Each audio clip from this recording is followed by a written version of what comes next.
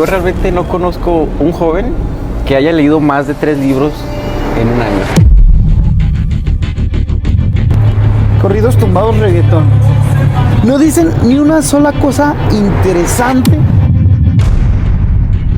El joven de hoy está tan despolitizado que piensa que puede opinar de todo. Un juez no puede obedecer ni siquiera al presidente de la nación. Si a ustedes les acusan de un delito y ustedes son inocentes, no importa su inocencia durante el proceso.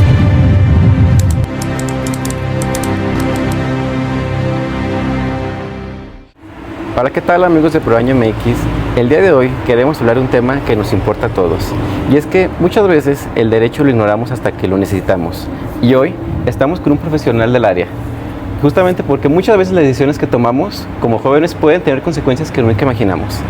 Y el día de hoy les queremos presentar al licenciado Pedro Durán Laruso. Un aplauso, por favor. Muchas gracias, Noé, muchas gracias. Sí, muchas gracias a los amigos de ProAño MX. Para mí es un honor y un placer estar aquí con todos ustedes.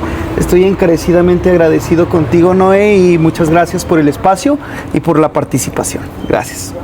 Y también, antes de comenzar, queremos agradecer enormemente al Centro Cultural El Tunal por abrirnos las puertas de su lugar y participar en estas acciones, en estas causas de impacto social para nuestros jóvenes. Y pues, ¿quién es Pedro Durán?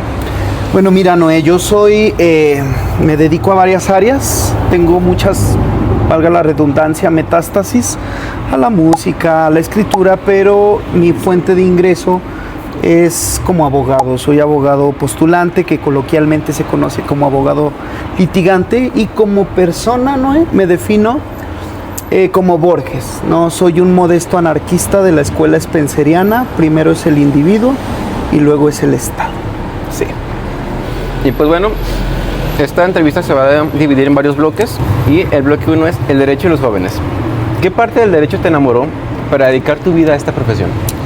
Fíjate, Noé, que esa pregunta es muy interesante y te voy a explicar muy concretamente porque la verdad es que yo no tenía pensado estudiar derecho, Yo quería estudiar filosofía y letras. Tengo entendido que ahorita ya la filosofía y las letras son dos materias que se analizan en lo individual, pero como los viejitos en mis tiempos, creo que sí se estudiaba de manera conjunta, y yo quería estudiar filosofía y letras. Pues cuando uno está joven te llegan lecturas como Friedrich Wilhelm Nietzsche, que Así habló Zaratustra, el Anticristo, la Gaia Ciencia, Humano demasiado humano, la genealogía de la moral, Jean-Paul Sartre, entre otros autores que conectan perfectamente con el sentimiento adolescente. Después me encontré un libro de Hans Kelsen que se llama Teoría Pura del Derecho, me llamó nuevamente la atención y decidí por estudiar Derecho, además de que, pues bueno, debemos de entender que hay carreras que no tienen espacio generador de ingresos.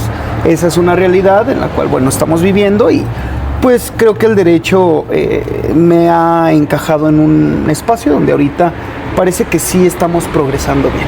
Ok, fíjese que me llama mucho la atención el que me comenta de que su pasión por el derecho nace de diferentes autores, diferentes libros al final del día.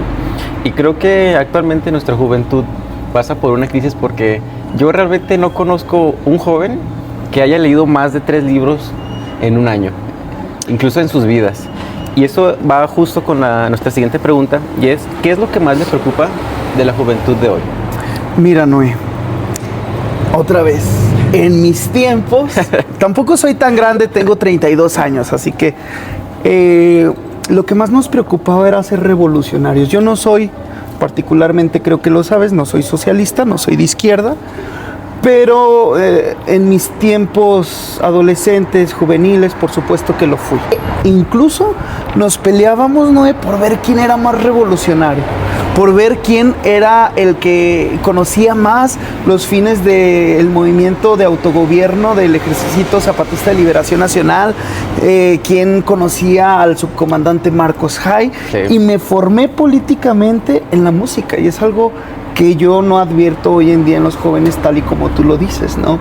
La música que nosotros escuchábamos y con la que nos formábamos era Panteón Rococó, que le tiene una canción a la Estrella Roja, que le tiene una canción al subcomandante Marcos, las canciones de escape, que me parecen, a pesar de que disiento en el contenido de las letras, me parecen altamente intelectuales las canciones de escape, entre otros grupos, ¿no? Astopitú, Aclapoya Records, Escorbuto, grupos que se mostraban una animadversión al sistema que en su momento se daba. Y los jóvenes éramos muy politizados. Hoy en día, al contrario, el joven es muy despolitizado. Y fíjate que una particularidad de los jóvenes de hoy es que como el ChatGPT y la inteligencia artificial ya le tienen las respuestas a la mano, entonces todos son doctos y veteranos de cualquier temática que se coloque en el epicentro de las redes sociales. De repente resulta que todo mundo es experto en el Demos Kratos. Pero el joven de hoy está tan despolitizado que piensa que puede opinar de todo. ¿Sí? Está tan despolitizado que piensa que el sistema, que la administración pública, el sistema económico, jurídico, se arregla dando opiniones sentimentaloides, y además es muy voluble el joven de hoy. Y pregúntales cuál es la diferencia entre un activo y un pasivo, no sabe. ¿Qué es la coordinación fiscal? No sabe. O le preguntan a ChatGPT. Sí, esa es la realidad del joven de hoy. Y hay otro tema, que no nada más es el joven el que está despolitizado, es el adulto, es el viejo, es incluso los medios de comunicación están despolitizados y lo único que saben vender pues son mentiras, sí, ¿no? Por eso hay periodistas influencers que tienen cientos de miles y millones de seguidores que dan una opinión que realmente no te cuesta 3 neuronas pensarla, pero tiene muchos seguidores esa opinión. Seguidores. Oiga, mencionaba ChatGPT, mencionaba ahora, incluso podemos tocar el tema de control de medios. ¿Usted qué cree que es un error que está normalizando muchos jóvenes que al final les puede cambiar la vida para siempre? Un error que esté normalizando justamente es desentenderse de la política, porque las consecuencias son graves. Desentenderse de la política y poner todo a disposición de la tecnología. Esas personas... dependientes, ¿no? Claro, se están haciendo dependientes. Sí. Hay un libro muy bueno que, fíjate, y este libro se escribió cuando todavía no había inteligencia artificial, que se llama La dictadura del videoclip, de Johnny Yecas. Si mal no recuerdo, creo que es argentino o español. Y ese libro en relación con el de Guy Debord, La sociedad del espectáculo, ¿sí?, te va mostrando cómo es que al final del día todos se están supeditando a la tecnología, pero sin la tecnología tienen un sentimiento de que no existe, porque hay mucha gente que no puede ver la vida sin la tecnología. De hecho tiene un nombre, que es la generación nativo digital. La generación nativo digital es aquella generación que no puede percibir la realidad sin la tecnología. Si un joven hoy le dijera, ¿para qué me sirve conocer mis derechos si nunca me ha pasado nada?, ¿qué le respondería? Justamente para eso. Es más, peor. Si nunca te ha pasado nada, significa que estás en un estado aislado de la realidad jurídica. Hoy en día se da mucho la fotopolla. Oye, tranquilo, viejo. La fotopolla, chicos, chicas que nos estén escuchando, no anden mandando ese tipo de fotografías. Puede constituir un delito. Y a lo mejor ustedes piensan que están ligando, que están generando una especie de relación con alguna persona. Error grave.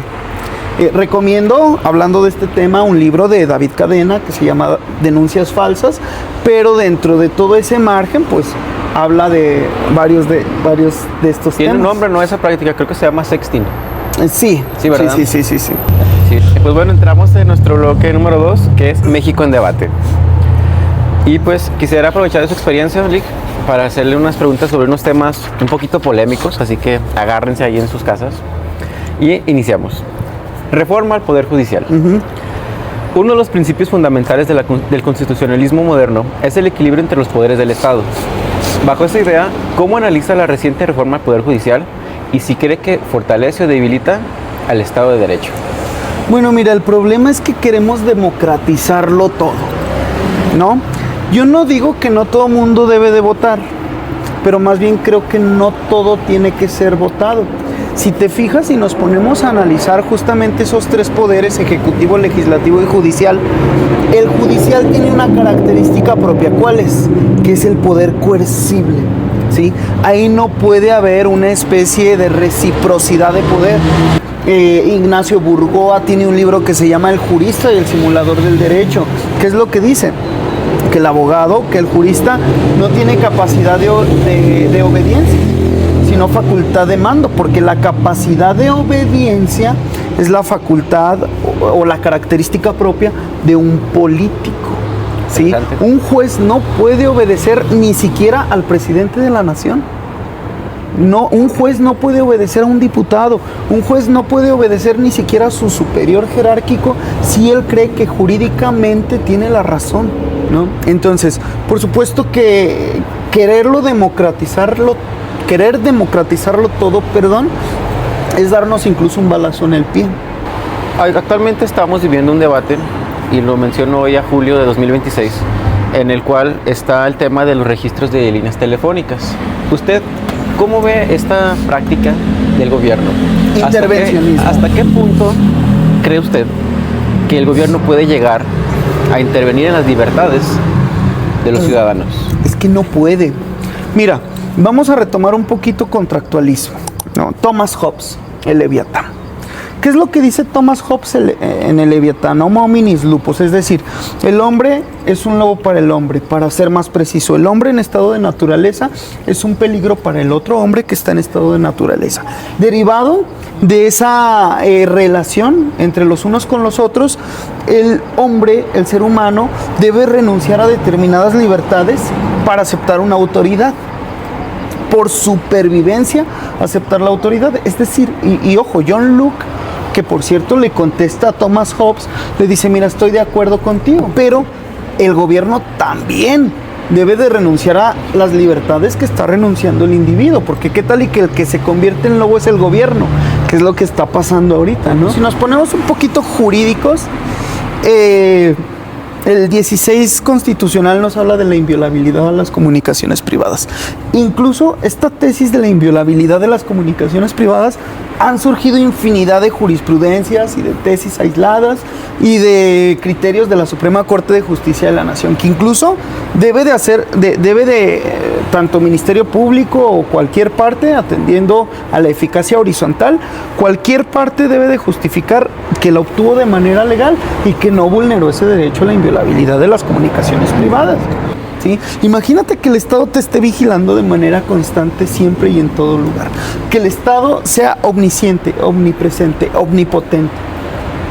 El Estado entonces se convirtió en el lobo que tanto criticó Thomas Hobbes. ¿Qué consecuencias puede tener una sociedad donde los jóvenes no se involucran en la política? La que tenemos hoy. Sí, que gobierne un poeta, que llegue un poeta revolucionario al poder que piensa que diciendo frases alegóricas, no sé, cualquier frase simpática va a modificar el sistema, va a corazonar a la gente, y eso nunca va a pasar. Tú lo decías al inicio, ¿no? Conozco a muy pocos jóvenes, si no es que casi es nula la estadística, que en su vida han leído 3 libros. En su vida han leído 3 libros. Y eso no es lo más triste. Yo he conocido viejos, ancianos, adultos, como les quieran llamar, que tampoco han leído 3 libros. Cuando se supone que el hombre grande es el sabio, es el conocedor, ¿no?